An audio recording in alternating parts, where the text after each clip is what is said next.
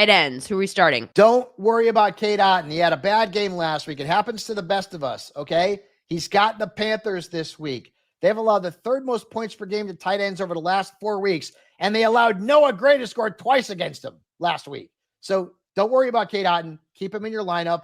And then Jonnu Smith, yes, again, it's going to be butt cold there in Green Bay. We get it. But he has scored 51.8 combined points. I mean, in his last 2 games, he's on fire.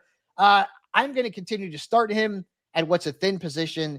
He is at worst a low-end tight end 1. And I don't know that the weather is going to have a big impact on guys who are not throwing the ball downfield. Players in the short and intermediate routes are going to be still pretty solid, and that's where Jonnu lives. He's sitting at tight end.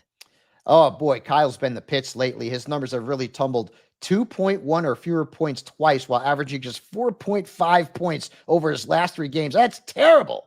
He's also seen just 10 targets in his last 3 games. So he's not getting targeted. He's got the lightning bolts this week. They've allowed 1 touchdown and an average of 11.3 points per game to tight ends as a whole. And only 4 have beaten them for double digits this year. So Kyle Pitts is on the bench. And then Dalton Schultz, don't be tempted by the really good matchup against Jacksonville. If this were any other notable tight end, he'd be a start because the Jaguars have allowed the 7th most points at tight ends. But, I mean, look at Schultz. He's been unable to exploit good matchups all year long. He's averaging 6 points, right around 6 points per game. And this is not a great match. This is not a great week to play him.